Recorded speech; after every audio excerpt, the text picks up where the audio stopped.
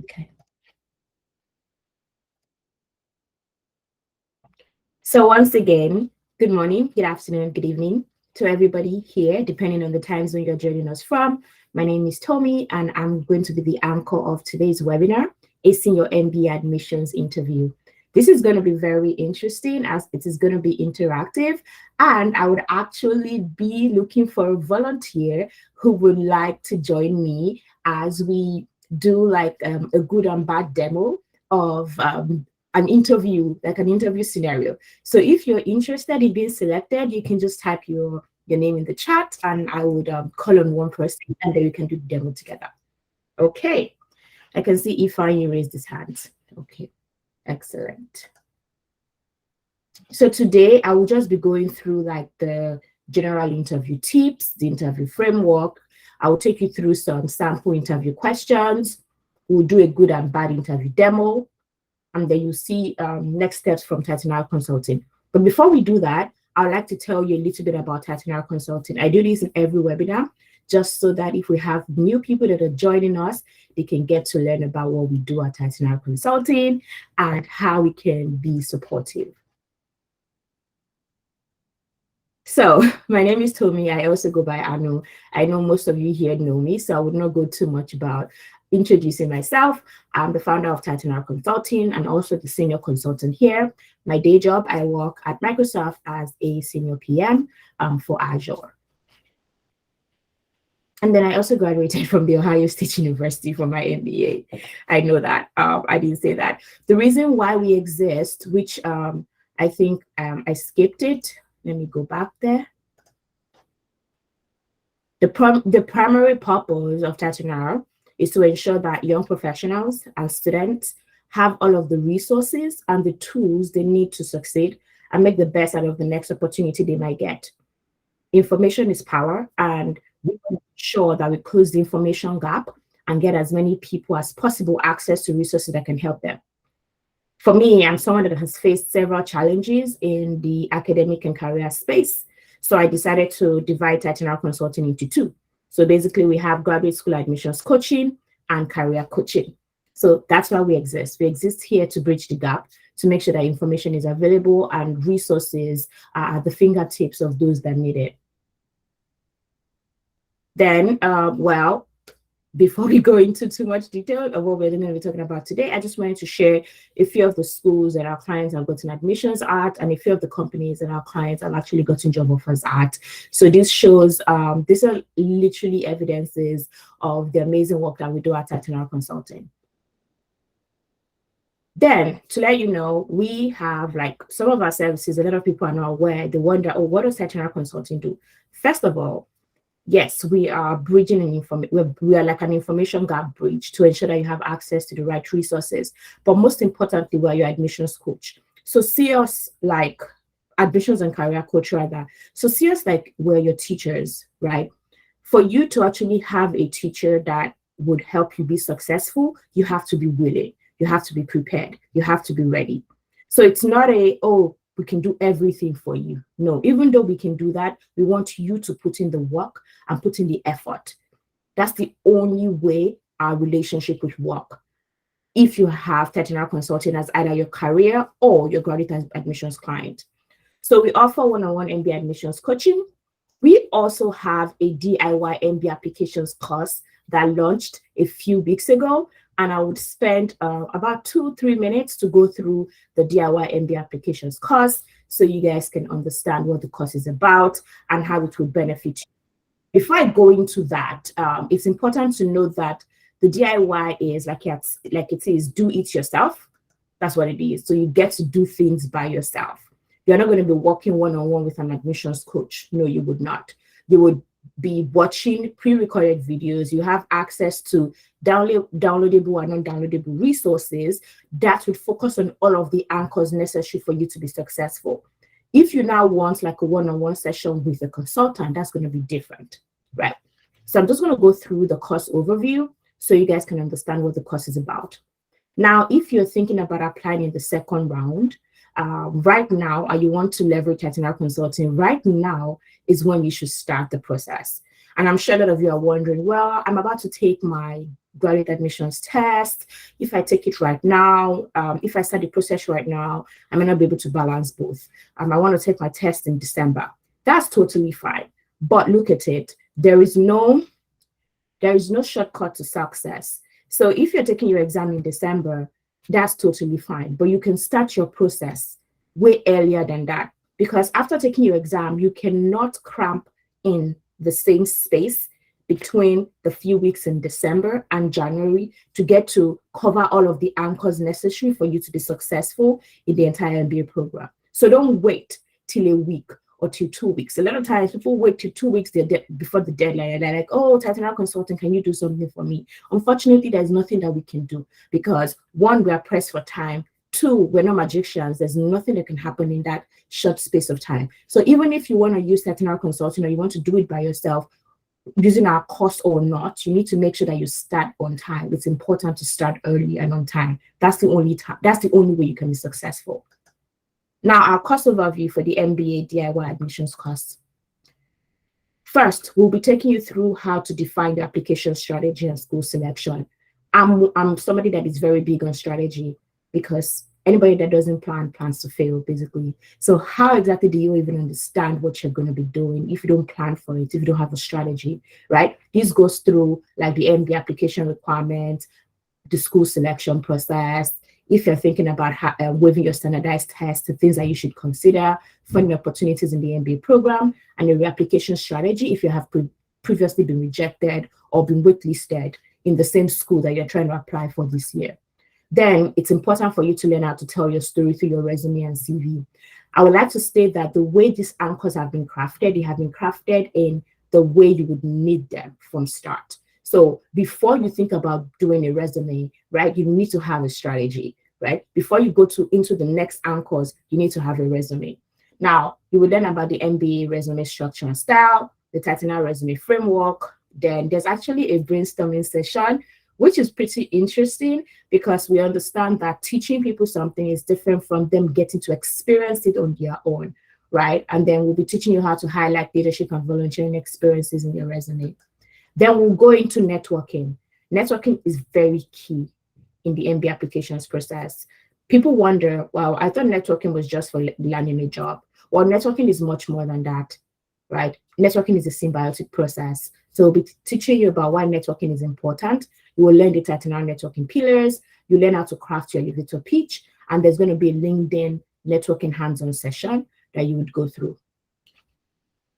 Then the juice, the very important part that a lot of people struggle with is, how do you captivate the admissions community through your powerful stories? Your powerful stories are your essays. And these are not like just blank statement of purposes. MBA essays take different structures. There are different types of essays. There are things that you're supposed to know. There are things that are really important. So we'll be teaching you, okay, how do you even think about your why MBA story, your why particular school story? How do you actually identify and mold your long and short-term goals? Because it's important that you should be able to mold your short and long-term goals. And then how do you weave your personal and professional experiences into your story? We'll actually be going through examples of how that can be done and how it makes sense. Because at the end of the day, we're telling a story, right? Then the second part is you have to learn how to navigate like non-traditional essay questions. Like I said, the MBA is not just about having like a statement of purpose or just having like a goals essay. They need to understand how you react under certain situations, the kind of impact you want to have, right? When you have failed, how do you plan to be more diverse, right? So it's very important that you learn about these essay questions and what the schools actually want to see in those questions. Then we'll go through the recommendation letters. A lot of times, yes, it's recommendation letters, but I always think it's recommendation questions and answers, because for most of the MBA programs, you're not just uploading like one letter. Your recommenders are answering specific questions, right? And how exactly do you get your recommenders to answer these questions the best way possible? It's important that you learn that. So we're going to be learning the GMAC recommendation letter format and how you can actually guide your recommenders in the right way. Then People think, oh, when I submit my application, that's all. Well, that's not all, because there are things that you're supposed to do after submission. So we'll be taking you through those things that you're supposed to do after submitting your application. And then Acing your MBA admission interview. This is literally, we're going to be talking a little bit about what you would get here. But what you would get from the video is we're going to be answering common interview questions. I would actually be providing my own answers to common interview questions, right? So you would understand, okay, this is how I'm supposed to structure my interview answers rather. So you would understand how best you can speak to ensure the members of the admissions committee know that you actually know why you're coming for an MBA. And there are several interview questions. In fact, we have common questions up to like 18. So we'll be going through a lot of those questions. So if you're thinking about hitting the MBA path through if you're thinking about acing your MBA interviews, right?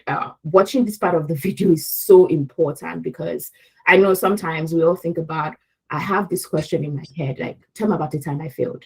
How do I come up with it? Like, you see examples, right, that you can use. I mean, I don't expect you to use the exact examples, because that's going to be weird. Everybody from Technical Consulting is using the examples, but basically you get a guide, right, that you can actually use. And the good thing about hearing people's stories and hearing their own experiences is allows you think through when you have done something similar. Because sometimes we think that we haven't failed, or we think that we haven't made an impact. But if you hear someone's story, you know that, oh, I've actually done something similar to this. I can craft my story in this way. Then the final anchor is negotiation, and how to actually evaluate your admission decisions and funding opportunities. Also, what to do if you're waitlisted, because everything is a probability. And if you don't get it, what are you meant to do? How do you increase your chances? We'll be going through all of that in the course. So it's quite intense. It's very, very intense.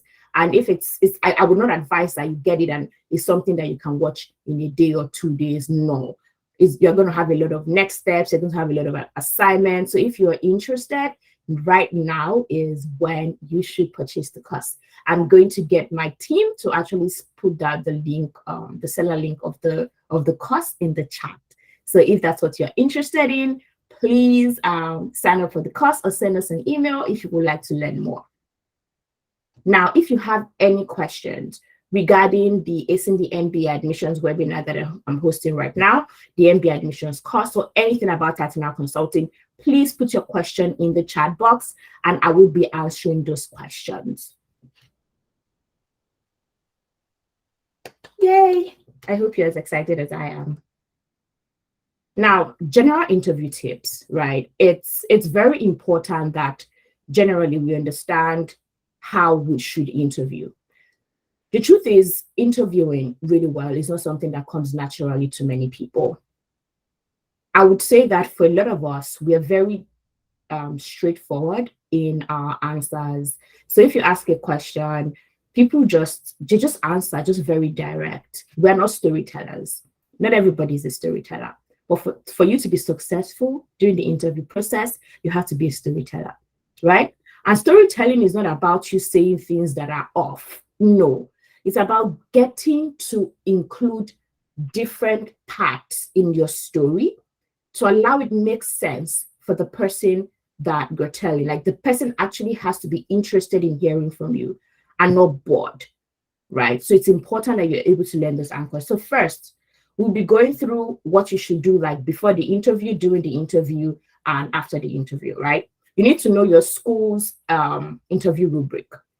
There are some schools that actually ask case questions where they would give you a case before your interview, and then you get to discuss this case with members of the admissions committee that you're interviewing with.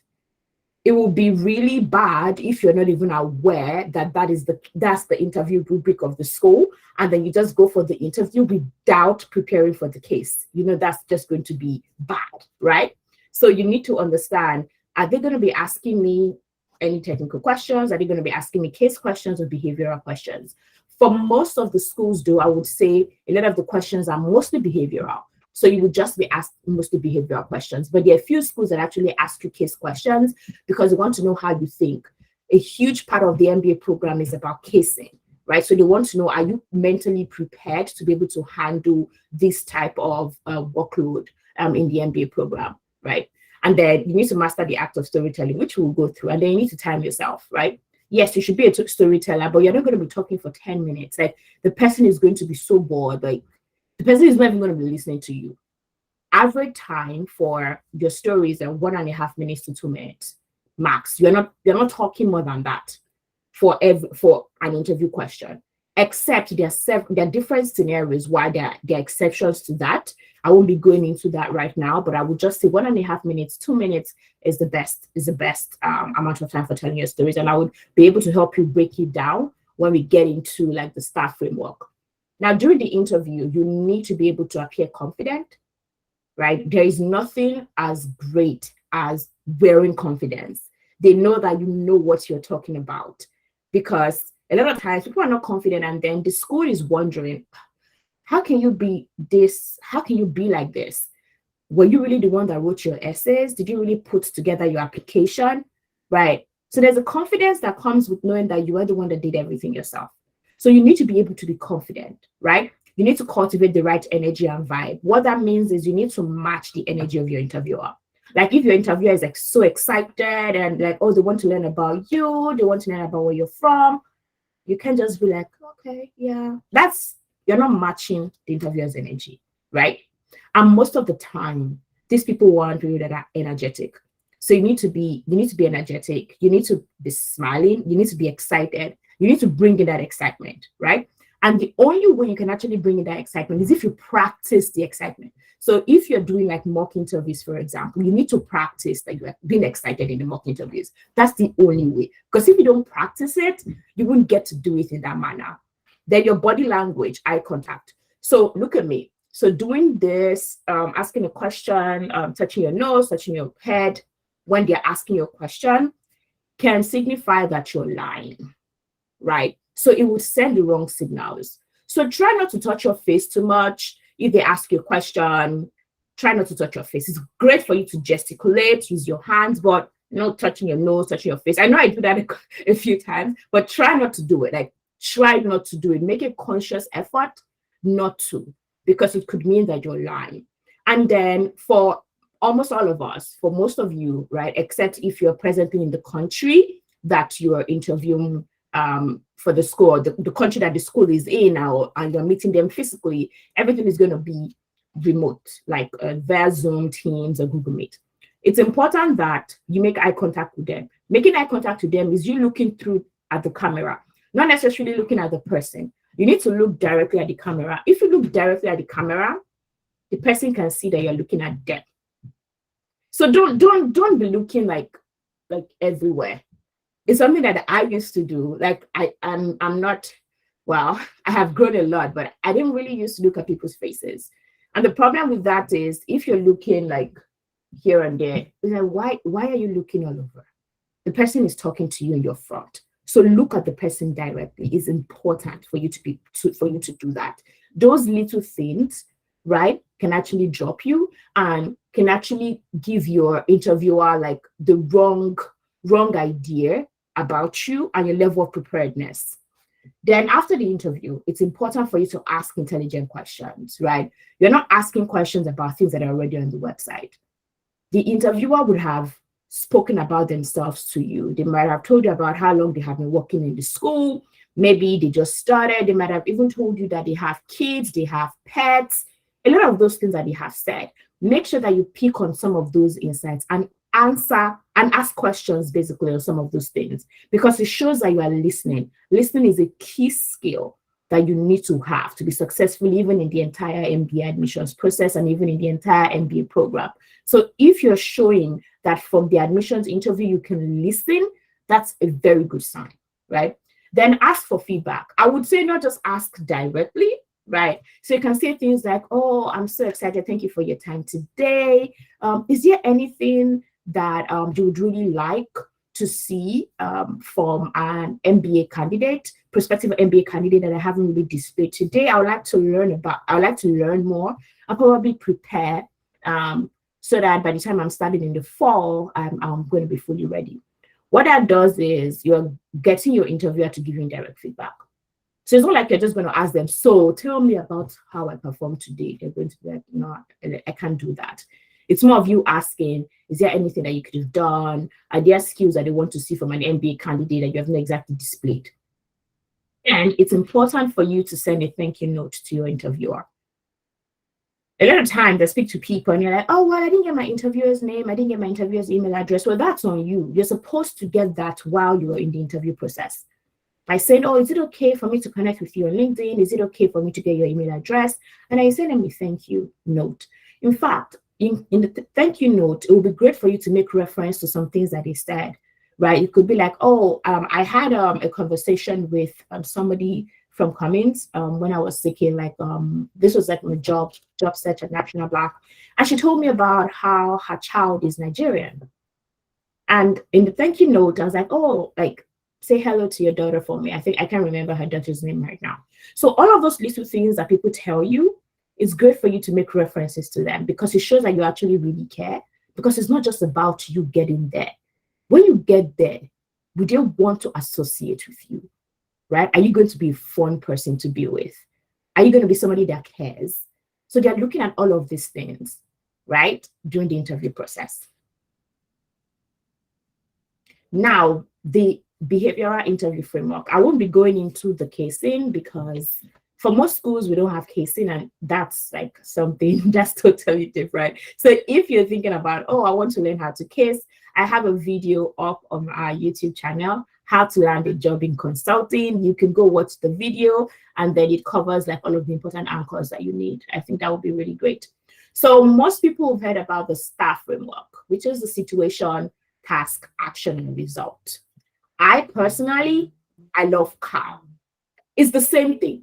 So they're not different. It's the same thing. It's just nomenclature, basically. So CAR is CARL. C is for context and background. When you're telling your story, especially tell me about the time you did this, tell me about the time you did that, it's important that you provide context. Right? Oh, maybe in 2020 or in 2022, while I was working as the finance associate in this particular company, I was working on a multi-million-dollar project. This was the problem that we were facing. These were the challenges. These were the things that could have gone bad, right? It's important that you give people context. Now, in giving your context, right, yes, I know we all would want to sound very intelligent, which is fantastic. You need to know that the people that are interviewing you do not work in your company. Some of them have no context about your industry. So it's great for you to use language that they understand. Now, let me give you an example. While working at PwC, a lot of our what people call projects is called engagement, audit engagement. And I know that's what a lot of the consulting companies or big fours call it.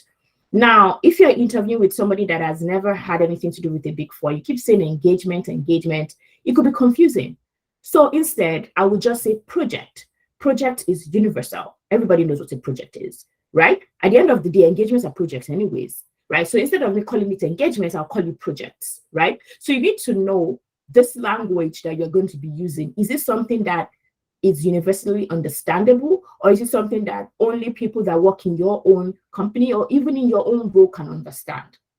That's very important, because if the person doesn't even get the context, it's very difficult for the person to follow through on the actions and the learnings. Do you understand? Right? Then you now have actions, right? So you are asked the question. Maybe a time you display leadership. You've given them the context. You've given them the scenario, what you were doing at the time, the challenges that were existing. Then you're not supposed to talk about your actions.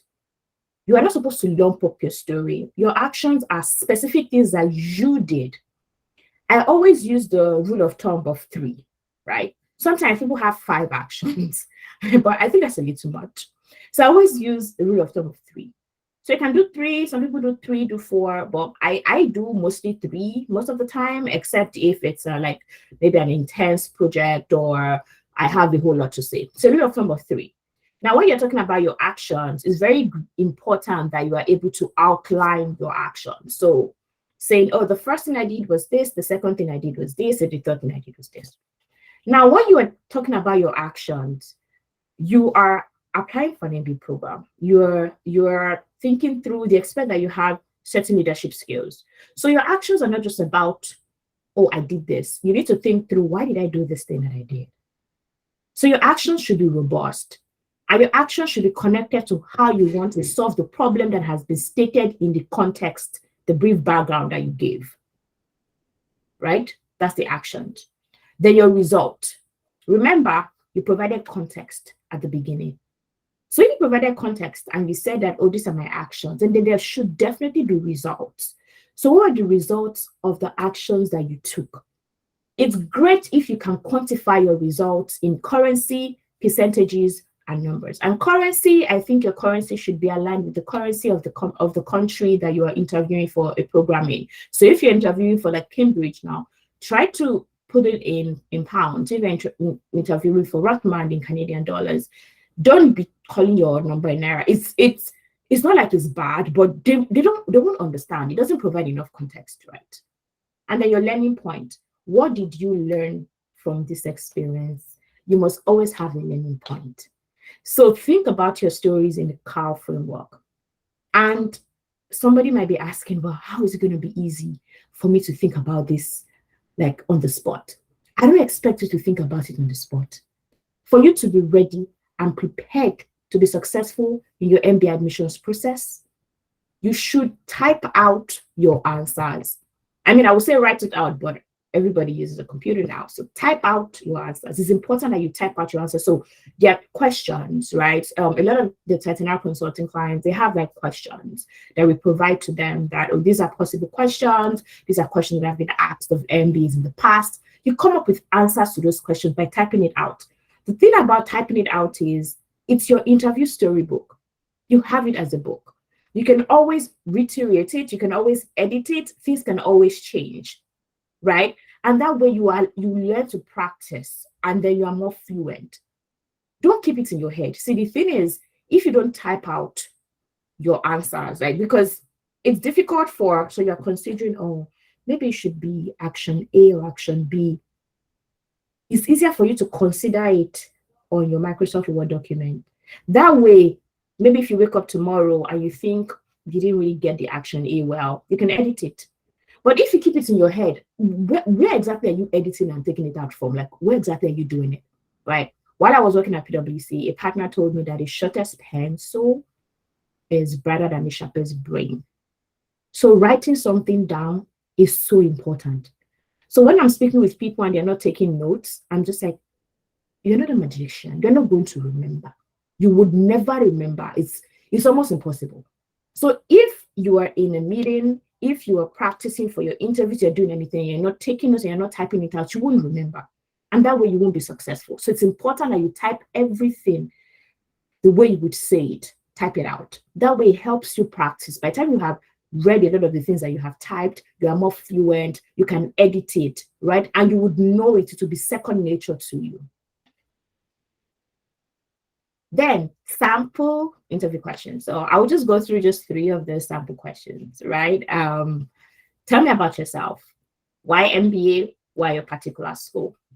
These are questions that come up very, very often in the MBA admissions, the interview process, right? So tell me about yourself it's a very interesting question, because even after the entire admission cycle, tell me about yourself, you would always have to answer the question throughout your career. So learning how to answer tell me about yourself is very key to actually being successful in the process. Then why MBA? I've spoken to people and I say why MBA, and they just basically tell me what is in their essays. Remember, I'm interviewing you. I most likely, maybe not all the time, but I probably have reviewed your document. So why are you just reading out to me what's in your document? It's not interesting that way.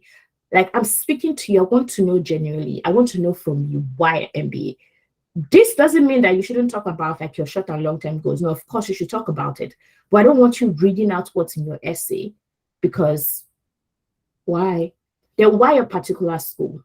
This is really important, because you are not just saying things like, oh, the school is ranked. Well, there are a lot of schools that are top schools, right, that are ranked. So, and some people say, oh, small class size. There are a lot of schools that have small class sizes. You need to be very, very specific. Now, there's something, if they say why something, a lot of times we just mix it up and just say, oh, this is why. But they are saying why for you. So if they say why MBA, why MBA for you? So for everything that you say, it has to be personalized. For example, people talk about diversity, or maybe they talk about small classroom size, right? That's maybe why particular school, which is not bad. But if you talk about small classroom, you will not just say, oh, the school has a small classroom size. Why does that matter to you? Right? Because Anu can also say the same thing. So why does that matter to her? Why does it matter to you? So for everything that you say, it is why it matters to you. So why MBA is why MBA matters to you. Why particular schools, why does it matter to you? It has to be why for you. Yes, so we would now go to our good and bad interview demo. I asked a question at the beginning and I said, is there anybody that wanted to work on a demo with me? And if you raised your hands. Yes, so I don't know, did you raise your hand because you wanted to do the demo with me or you wanted to ask the question? No, yeah, because I want to because I wanted to do a demo with you. Yeah. Okay, good. Oh, okay, awesome. So now, if I am going to be putting you on the spot, so if you have been asked, tell me about yourself, how would you go about saying that? So tell us, and then I would give you feedback, and then I would also tell you how you can do it better, so that way everybody can learn. Okay.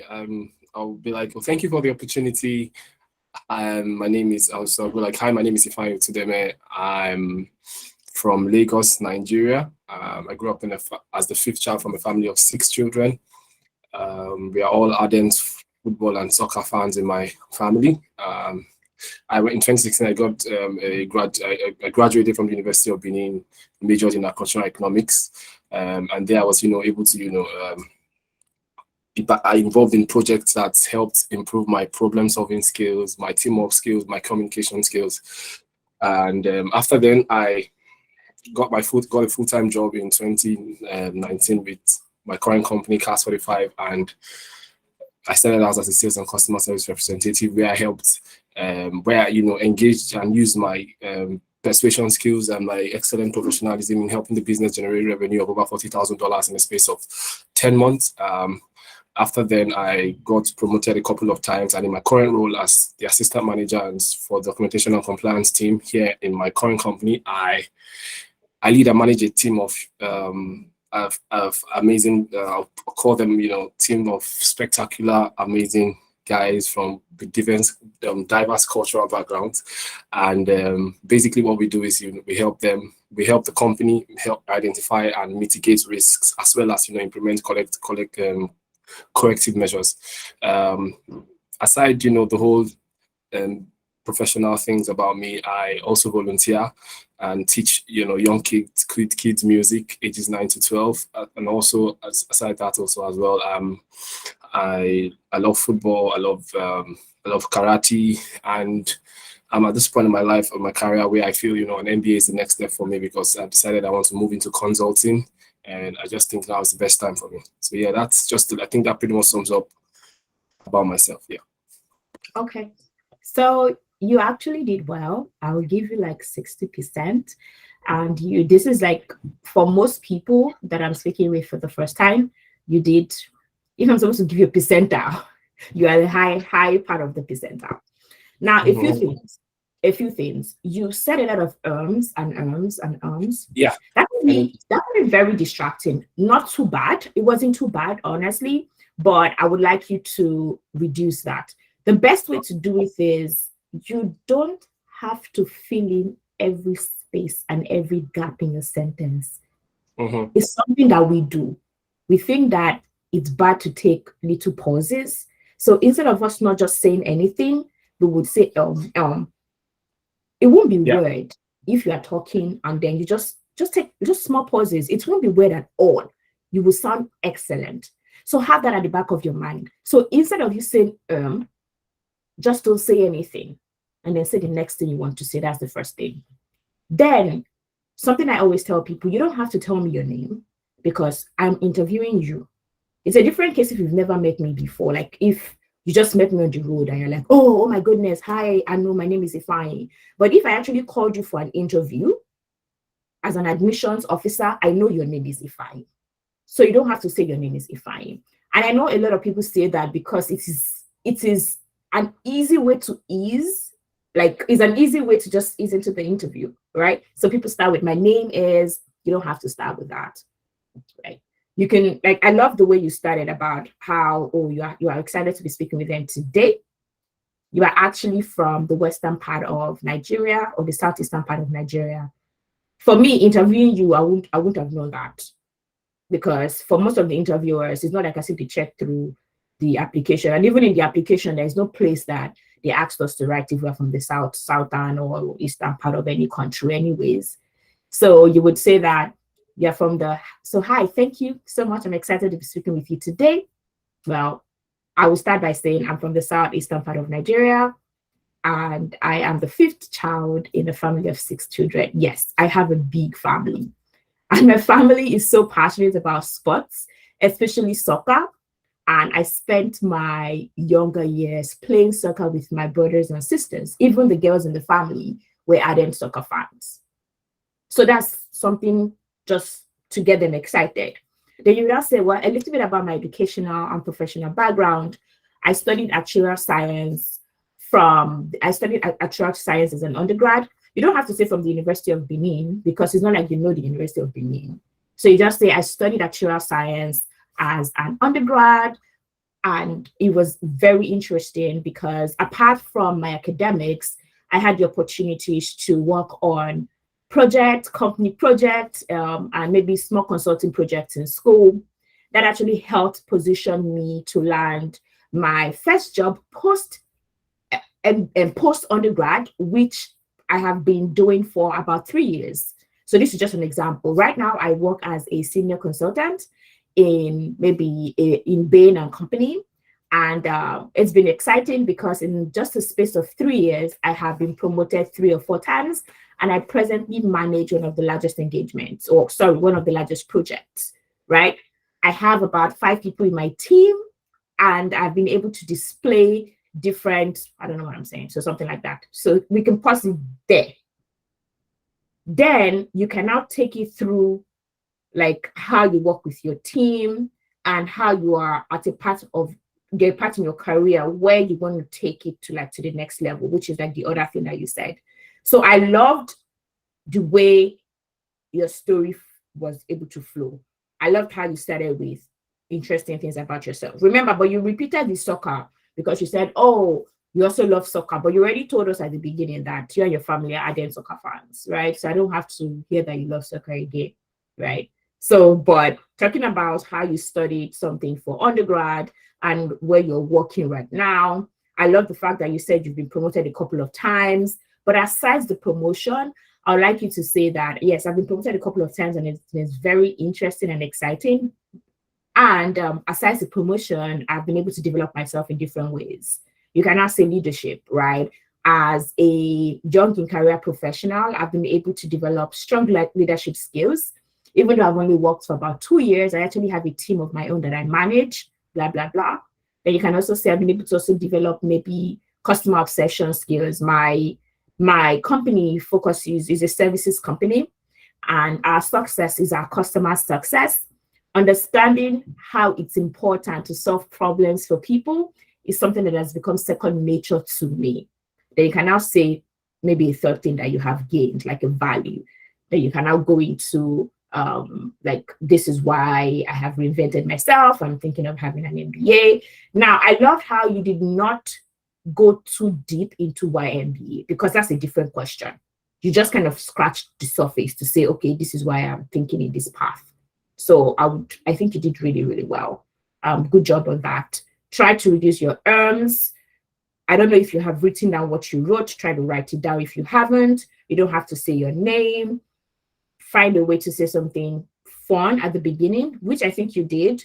And you can just look at what I just said, or maybe re-listen to what I just said about talking about your family, just adding a few things in addition to what you said, and then closing it out. So I think that was really, very good. I think you're very prepared in that manner. So who wants to be our second demo person? You can raise your hands. If not, it will be Ifeanyi again.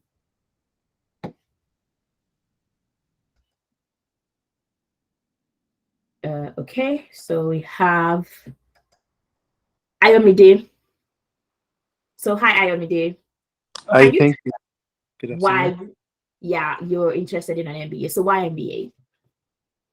MBA. So like I've been building businesses for the past 6 years. From my undergraduate level, I was into photography, which later transpired into business in my final year. During the COVID-19, I built another business of an online food restaurant. Also, I have a non-government organization which is aimed at giving up to the dejected, the vulnerable, and the poverty-stricken individuals in Nigeria. So the aim is to see people. The aim is to see people be. I mean, the aim is to cater for the dejected. So for the past 6 years, I've built two businesses and a non-profit organizations, and I think this is the best time to go for an MBA.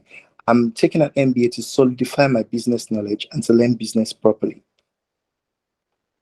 Okay, I will give you like 37.5% for that one. Good attempt. I'm sure you're wondering how did I come up with the number? I just made the number up. Yes. Okay. Yeah, so I'll give you 37.5%. Now, the reason is, remember, why MBA for you? What you have done, you have just spoken about one thing, Okay. just one thing. I say you should talk about things in threes. That's like the rule of thumb. Or maybe minimum two, maximum four. That's what I always say. So you started with, you have done businesses, right? You've had a couple of businesses. Now you want to solidify your business experience. If I'm going to be honest with you, when it comes to solidifying your business experience, there's a lot that you can learn on YouTube, on Coursera, or LinkedIn Learning about solidifying your business, right? So why exactly do you want to take 1 year off or 2 years off to actually go and have a full-time MBA program? So you need to have more than one reason, because it is more than one reason that will make sense. Because yes, you want to solidify your business experience, but there has to be something else. There has to be something else, right? So solidify your business experience. You can talk about it through maybe immersion in diverse experiences and cultures present in the MBA program. Now, you've had different experiences. You have an NGO, you have built two businesses. Although I was just still a little confused because I don't know if you've ever had like a 9-to-5 job or all you have done is build businesses. Either way, it's good, right? But you haven't really explained to me why. So for example, if you have had like a 9-to-5 job, so you can say, although I actually have a 9-to-5 that I've had since I graduated, or you could say, although I presently work as a consultant where I've worked for the past 6 years. I'm somebody that is very passionate about business, and I have been able to successfully build two businesses, for-profit business and one not-for-profit business in the last 6 years, right? A lot of the challenges that I've faced in that area is not really understanding so much about maybe not really having the right business acumen to be able to scale these businesses. And a lot of them have suffered setbacks. I'm at this point where I know what I really want. I know what I want to achieve. And I understand that having the right business acumen and having the right blended business skills is what is going to get me there, right? So I can't wait to be part of the MBA program where I can have immersive experiences. I would be able to encounter the experiential learning, the consulting, I would say small business consulting that we do for small businesses to help them scale, and also work on setting maybe projects for the school or something like that. That would help me really understand businesses from different perspectives and help me understand where I actually struggled and how I can fill in those gaps. So that will talk about, this is what you have from a business. This is the challenge. This is the gap that you've had in your businesses.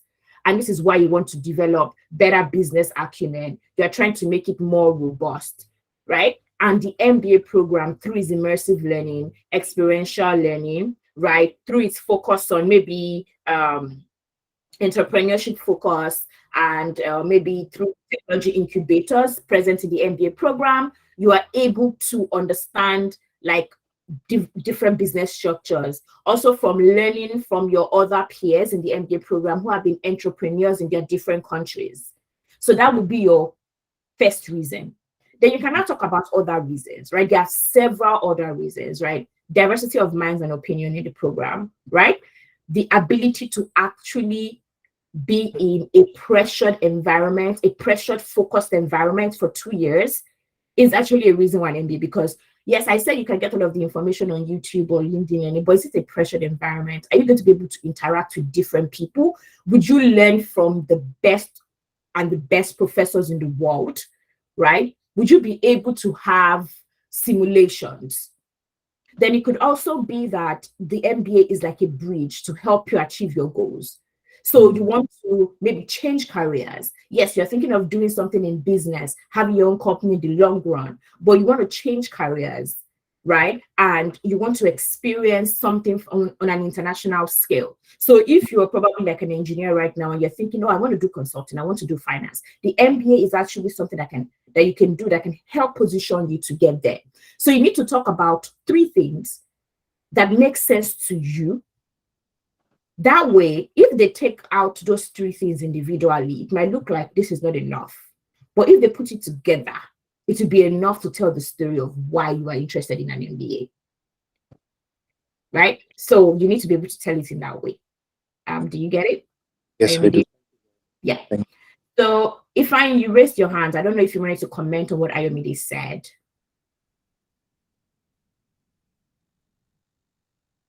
Okay, that's fine. So our third one, before we wrap it up and I just close out, is why your particular school. So for this one, the demo presenter will be giving me a name of a school that they're interested in, and they will tell me why they're interested in that school. So who was to be our demo person? Wow, nobody wants to. Okay, I'll just call people. I'm very good at cold calling. Don't leave the call because you think I'll call you. Let me see. Ayomide, do you want to go again? You or Ifeanyi?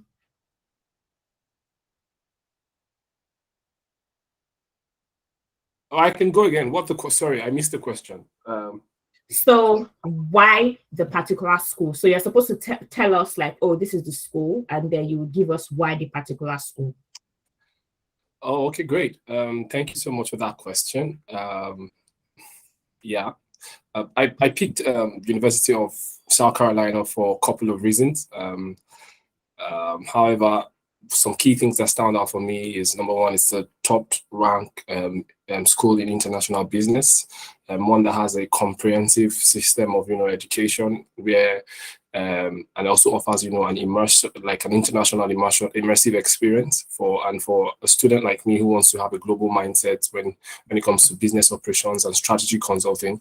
It's a no-brainer for me to miss this opportunity that the school offers. Secondly, is also the school has a diverse student body, with a lot of students coming in from around the world, and to have a multicultural, it will help post after my graduation to have multicultural mindset, and I think it nicely aligns with my post MBA goals, right? And finally, South Carolina has a very beautiful temperature. For an African like me, I think South Carolina is a very good place for me to ease into. Temperature is the long summers, short winters, and yeah, and I love the atmosphere, good scenery, good views. They have like an amazing football team already. I'm a growing Gamecocks fan, and I can't wait to get settled into it. Yeah, thank you. That's so I love how you answered it, because you actually took feedback from what we discussed today. So you used the rule of thumb of 3. You actually did why it matters to you. Now, feedback, your and they got better, but it can be much better. Now, for the reasons why for you, I feel like you did not really talk a lot about it. So, for example, you said they are focused on international business. But why does international business matter to you? You said about the immersion, but I didn't really get so much. So maybe you should say, as someone whose long-term goal involves operations all around the world, right? It's important that I don't just understand business from the United States perspective, but from an international perspective. And you can talk about like the international experience and stuff like that, right? Then what was the second thing you said? Yeah, I talked about the diverse student body, right? Yes. The diverse student body. Yes, so you can say you can talk about the diverse student body. Now, you should be able to explain and talk more about how you've been somebody that enjoys meeting people, right? Even living in Nigeria, you've been able to maybe travel to 25 of the 36 states. And that's because you want to learn a lot about people's cultures. So you're very excited about the fact that averagely you would have people from over 15 countries in your classroom. That way you're able to understand people's cultures. You are able to respect, maybe understand and have respect for people's cultures, and you're also able to share your own, right? You can't wait to spend 2 years really getting like a global mindset and understanding how different people think, because you cannot really be a true leader without understanding things from a global perspective, something like that. And then the last one, you spoke about the South Carolina weather, which I really liked. So you would say, compared to a lot of top MBA programs, South Carolina is positioned, this South Carolina MBA program is positioned in the state where the weather will be easy for you to actually ease in based off of the African. Yeah.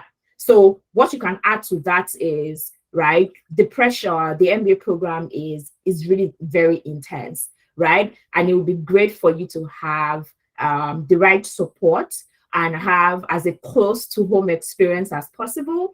And the South Carolina environment is the closest to home that you can get due to its short winters and long summers, and you cannot wait to resume in the fall. So yeah, just add those few things to it. But I think I think you're doing like really, really good. Like thumbs up, thumbs up. That's really good. Well done. Well done. So we have this for your next steps.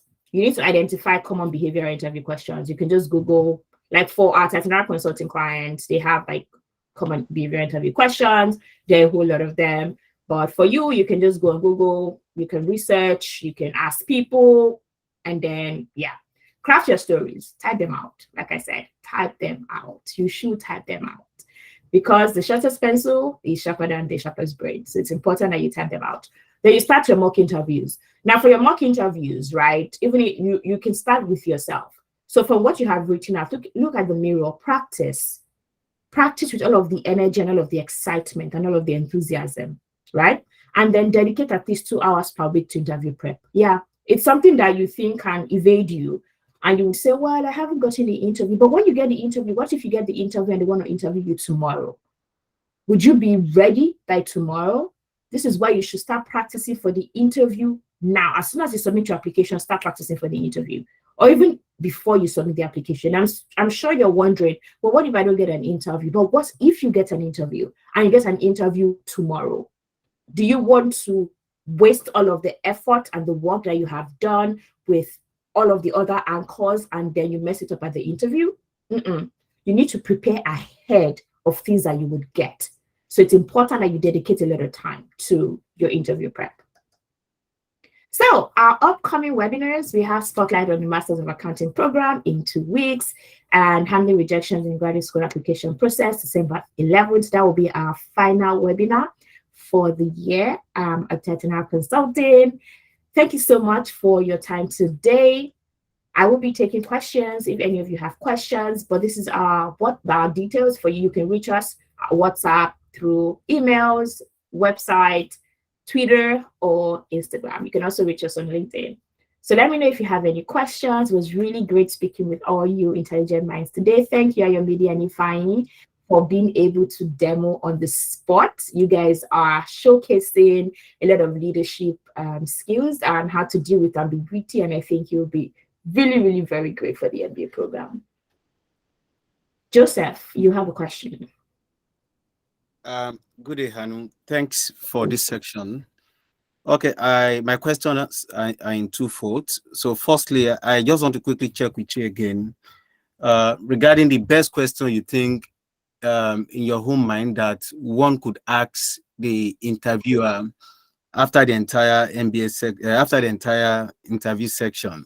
Although I understand you've given us a few of them, but I just want to learn from you again those questions that you think make sense for to ask the interviewer. So that's the first one.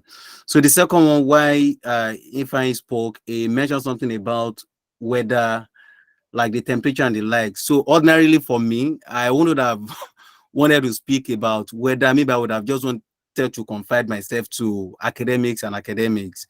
So like for Vanderbilt, so does it make sense for me to also say that maybe there are a lot of employment opportunities springing up in Vanderbilt, because even though like Vanderbilt is a growing city that hasn't lost it, Tennessee is a growing city, that hasn't lost its small city vibe and the like. So, or is it that we just concentrate more on maybe the academic environment also?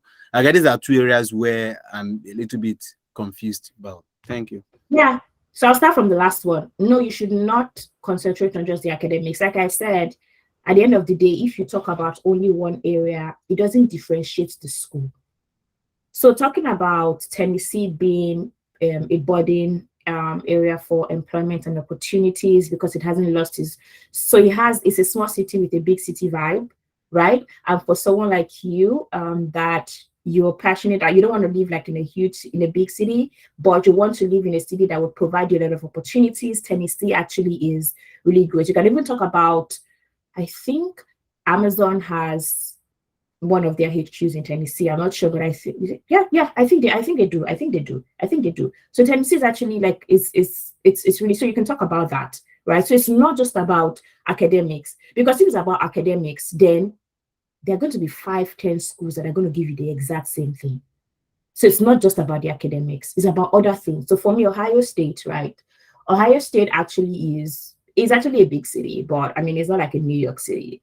But something else that is funny, if you're someone that likes soccer, so like Ifeanyi spoke a lot about he and his family loving football, that's like what we call soccer, right? And trying to immerse himself in the US culture. He would love an opportunity to be in an environment that supports American football. Ohio State is a big football school, American football. It is huge. It's a Big Ten school for football, right? So that's also something interesting, because we as students, we have discounted passes to watch games. You can watch games every weekend that games are available. It's a walking distance from my house, right? People fly in from different parts of the country to watch these games in Columbus. So that could also be something fun. So it's not just about the academics, because you can get the academics everywhere. Like I told you, you can get stuff on YouTube. You can get it on Coursera. So why are you coming for the MBA? It has to be something blended. It has to be a combination of things that makes the school stand out, right? You can get a lot of those things from like their webinars. It could also even be maybe the school has maybe an innovation hub. It could be about a particular association. It could be about maybe there's some schools, not every school has made like commitment for climate change and to be carbon neutral. Maybe your school has made that commitment. And for you coming from a third world country that maybe you, because of the challenges from your country for using fossil fuels and stuff, you could talk about things like that. It doesn't have to be the academics. In fact, it's better that it's not. Out of your 3 points, maybe one should be the academics, the others should be other things about you. It is why it's important for you, remember. And then for your other questions, you can ask different questions, right? So if the person started by telling you that, that maybe they didn't really tell you so much about themselves, you can ask them questions like, how long have you worked here? That is if they haven't told you so much about themselves. A lot of times they will have said everything, right, about themselves. So if they have said stuff about themselves, you should pick out from the things that they have said, right? Then you can talk about maybe opportunities, right? For you as an international student, you're seeking opportunities to launch into maybe get into maybe tech or consulting, and you have heard about maybe pre-MBA opportunities. You would like to know, because as an international student, your experience is different from that of the American. Does the school have anything specifically to prepare international students career-wise, right? You can also say that you would like to learn from them if there's anything that you need to be doing right now to prepare yourself for the MBA program. And is there any other person that you should be reaching out to? So those are kind of questions that you can ask too.